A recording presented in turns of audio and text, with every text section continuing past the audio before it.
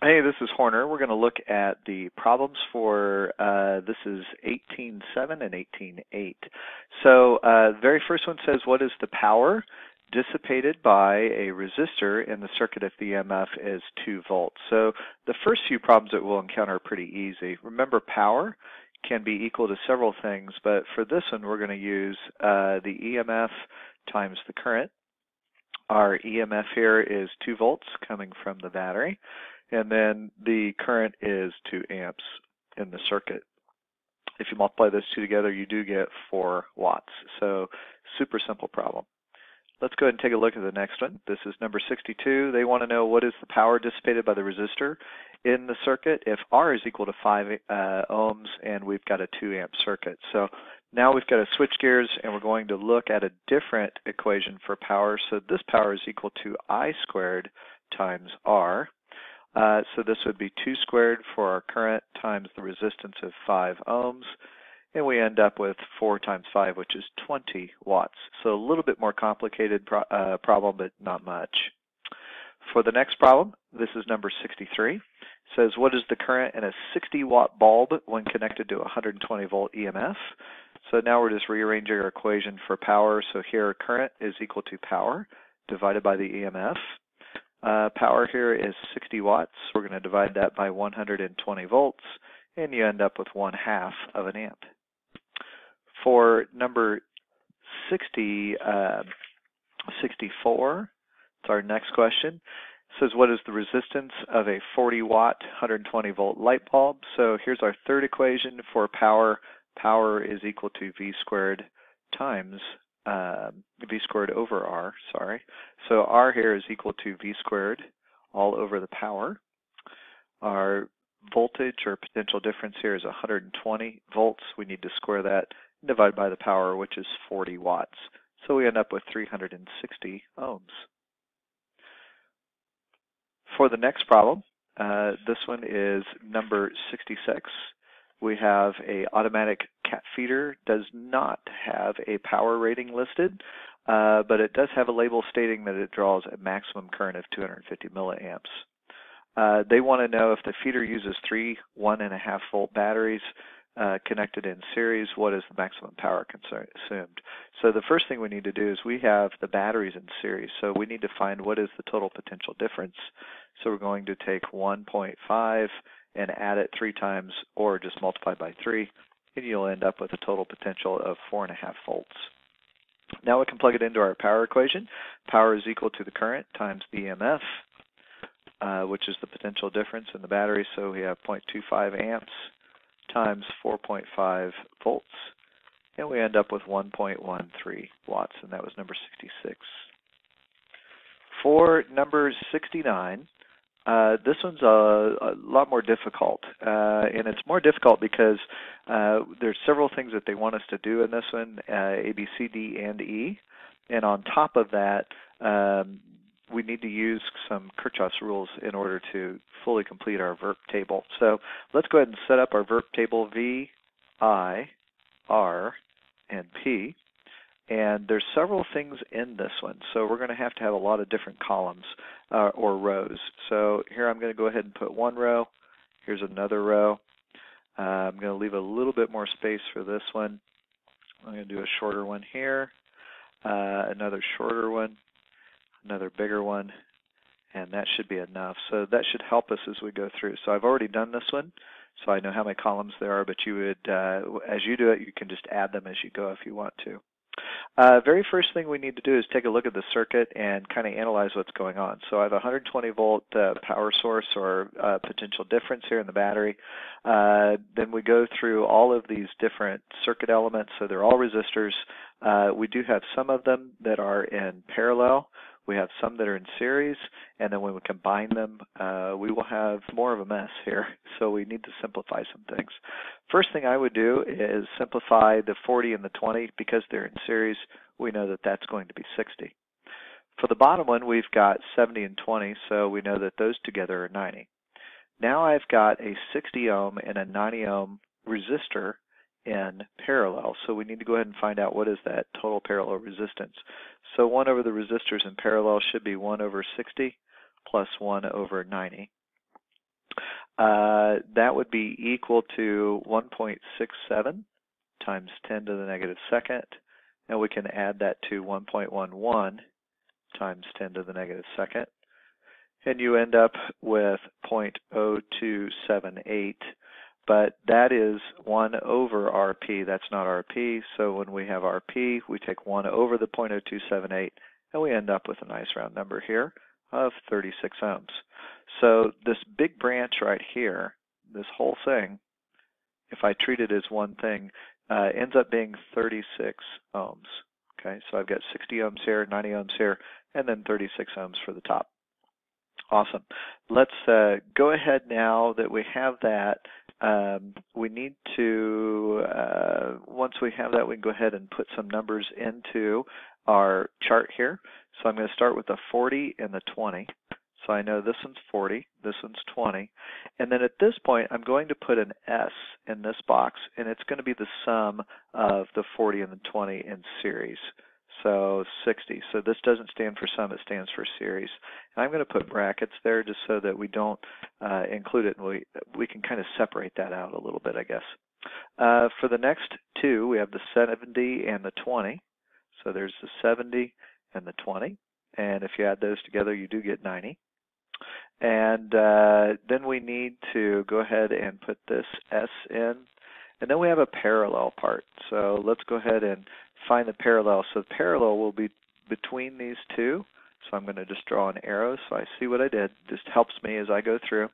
So if I have the 60 and the 90, we said that when you sum those, end up being about 36. Now, along with the 36, we have a 50 and a 20. So I'm going to put in the 50 and then the 20. And now I need to add up what's in the circuit as a total or just a equivalent resistance. So 36 for this great big thing here, plus 50 plus 20 will give us, so 36 plus 50 plus 20 will give us 106 ohms. So this is our equivalent column. So we've got 106. We do know that we have a potential difference here of 120 volts. That's the EMF in the battery. And if I want to find out what the current is, then that's very simple to do. So for letter B, they wanted us to find the current flowing through the battery. And the current flowing through the battery then is pretty simple to do. We just say that current is equal to V over R. Our voltage is 120. Our resistance 106, so we end up with that 1.13 amps. So I have 1.13 amps right here. Remember, current is the same throughout every part of a circuit when you see the series part. So this 20 ohms should have 1.13. This 50 ohms should also have 1.13 amps. And then our, here's the 50 ohm here, 1.13, and then our 36 ohm parallel series combination branches here would also have 1.13 as just one thing, if they were one thing. So now we've got to try to figure out a way to fill all these in. Before we do that, they did ask us for letter C to find what is the potential difference between points A and B. So let's do that next. So this will be letter C.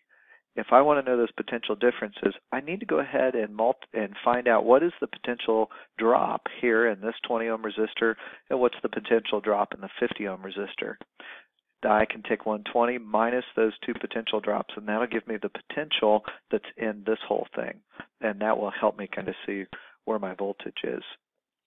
So if I take 1.13 times 20, I end up with 22.6. 1.13 times 50 gives me 56.5. And if I take 120 minus 22.6 minus 56.5, I end up with 40.9. And that would be the potential difference in each one of these branches. Remember, in parallel, the voltage is the same. So for letter C, my answer is 40.9 volts. For letter D, it says what current flows through each branch between points A and B. So we've got to find the current here and the current here.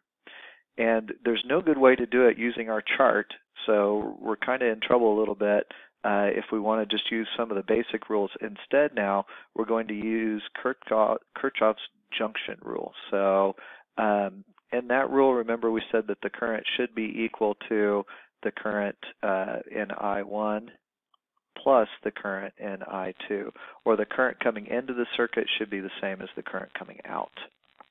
And so that total current should equal that 1.13 at some point. If I rewrite this equation, what I can do is I can say if I have I1 times 60, and remember 60 is my potential, so I1 times 60, and what is I times R? Remember that's voltage. If I subtract I2 times 90, then that should be equal to 0, because that will get rid of any voltage that I have left. So now let's go ahead and rearrange this. I1 times 60 should be equal to I2 times 90. So since the voltages are the same, they should both be 1.13 through, 1.13 through each one of these. Okay, so for that whole thing, I guess, is what we need to say. Now what we can do is we can rearrange this equation, say I2 is equal to I1 times 60 over 90. Let's go through and substitute back into this equation what we have for I2. So I'm going to change colors at this point, and I'm going to say for I2, I'm going to plug what I have here into this equation for I2. So now I have I total is equal to I1 plus I1 times 60 over 90. And that's what we had for I2. That's what I2 is.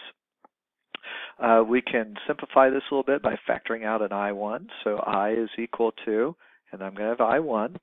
And now I'm going to have factor out an I1, that's 1, plus now I'm going to have 60 over 90. I want to solve this equation for I1, so we're going to say I1 is equal to I times 1 plus 60 over 90, but I need to do the inverse of that, because really what I did was I took and divided both sides of this equation by 1 plus 60 over 90, so that's why you see this negative 1 here. At this point, now what we'll do is we're going to say I1 is equal to the current going into the branch, which we said was 1.13. And then if I do the math that's here, take 1 plus 60 over 90 and then do 1 over that, I'll end up with 0.6. And so I find out my I1 current is 0.68 amps. So I1 is actually on top here, so that would be the current going through this branch. I2 would be the current going through the bottom branch. So let's go ahead and find I2. I2 is equal to 0.68 times 60 over 90. So I2, remember up here we said was I1 times 60 over 90, so that's what we've got. And that's equal to 0.45 amps. Let's go ahead and plug those numbers in. So for this one with the 90, so the one with the 90 we said was 0.45, so we'll put 0.45 here. And then the one for the 60 ohm total resistance up at the top we said was 0.68, so we'll go ahead and plug that in. Now at this point we know that everything in this branch has a current of 0.45. So this one's 0.45 and this one's also 0.45. And then finally up top, these are both going to be 0.68 because they're both in series. And so the current is always the same in series. This takes us to our last part, letter E. And in letter E, they want us to find out what is the power in the 50 ohm resistor. So that's this one. So if I want the power in the 50 ohm resistor, I'm just going to go to my chart. And this is really easy to do. I think what we'll do here is let's just do them all the same. We're going to do I squared times R. So I squared times R. So that would be 1.13 squared. And then our resistance is 50. So this first one, for the 50 ohm resistor, we're going to end up with 64 watts. For the next one, we're going to do I squared R, and that's the 70 ohm resistor. That's this one right here, but we just need to worry about what we have right here.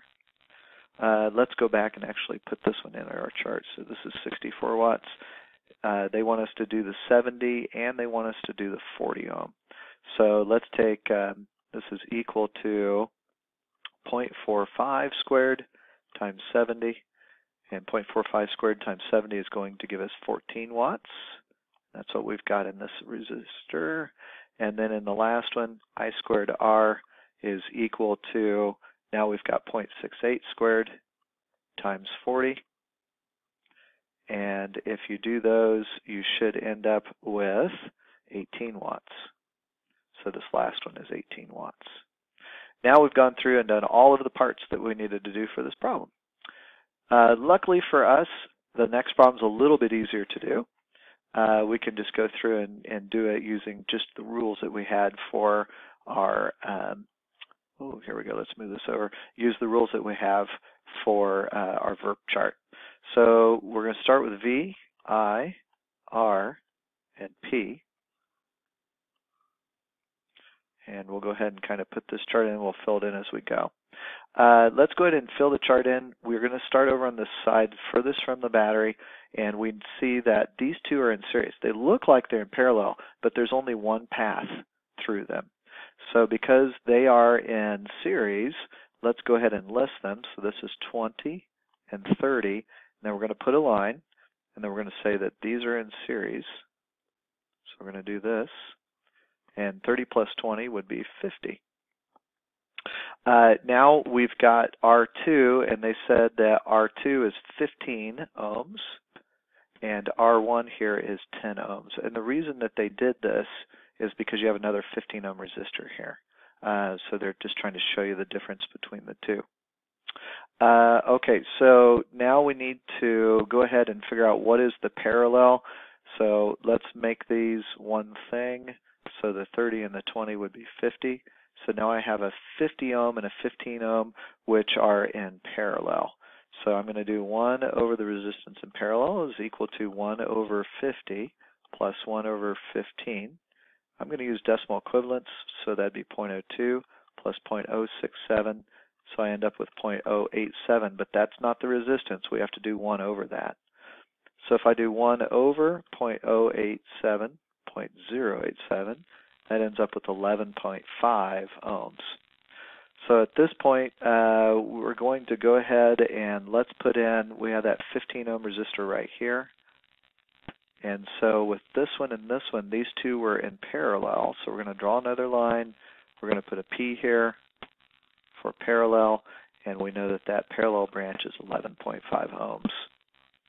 So now we're good on that one. We also have remaining a 15 ohm, so there's our 15 ohm, and a 10 ohm, and the 11.5, the 15, and the 10, those are all in series, so we can find out what our equivalent resistance for the circuit is just by adding those three, and that ends up being 36.5. We also have a 24 volt potential source, so that's 24, and if I want to find the current that flows through R1, R1 is in series with the battery, so that makes it really easy. So for letter B, we're going to find the current, and the current, remember, is really easy to find. It's just V over R. Our potential is 24. Our resistance is 36.5. And when you're done, you should get 0.66. So this one's 0.66. Remember, anything now that is in series with the battery will be 0.66. So R1 is, this 15 ohm is, so this is 0.66. And then our 10 ohm is also, so here's 0.66 for the 10 ohm. And then we've got our parallel branch, so this whole thing is also 0.66 amps. So we've done letter A, where we did that over here. We did letter B. Letter B was actually right here. Now we need to do letter C. They want to know what is the voltage drop across R2. R2 is that 15 ohm, and so we've got to find it. So to find it, let's go through and find out what is the potential drop across each one of these, and that'll give us the potential drop for this series circuit too. So this is 6.6 because I just multiply the two together. If I multiply 0.66 times 15, I'm going to end up with 9.9 volts. And then if I take 24 minus, then I can go ahead and do this one too. If I take 11.5 times 0.66, I should end up with 7.6. Because things in parallel are the same, we're going to do 7.6 and 7.6 here also. So that works out pretty well.